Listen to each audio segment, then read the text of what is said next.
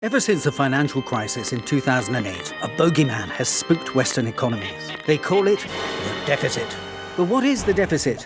Well, if the government collects $100 billion in taxes and spends $120 billion on things like schools, nukes and healthcare, it will need to borrow $20 billion to make up the difference. This is the deficit. And this is where debt comes in. Countries that overspend year after year build up a national debt.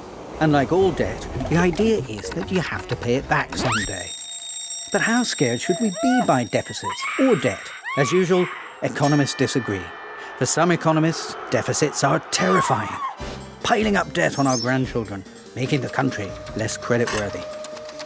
These economists, usually conservatives, want a balanced budget, but other economists are not scared at all by annual deficits. Far from piling up debt on our grandchildren, they say running a deficit in tough times can help the economy bounce back for everyone.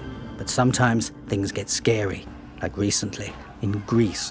When it starts to look like a country can't afford its debts, lending dries up and the pressure is on to get rid of the deficit. But how? Surprise, surprise! Economists disagree on this too. Some say you can stimulate the economy and spend your way out of trouble.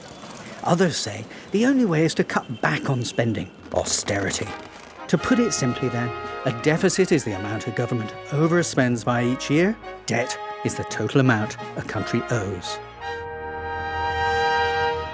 Capitalism is failing. What started as a crisis of the finance system has spilled over into social upheavals, civil wars as in Syria and Ukraine, and upset the geopolitical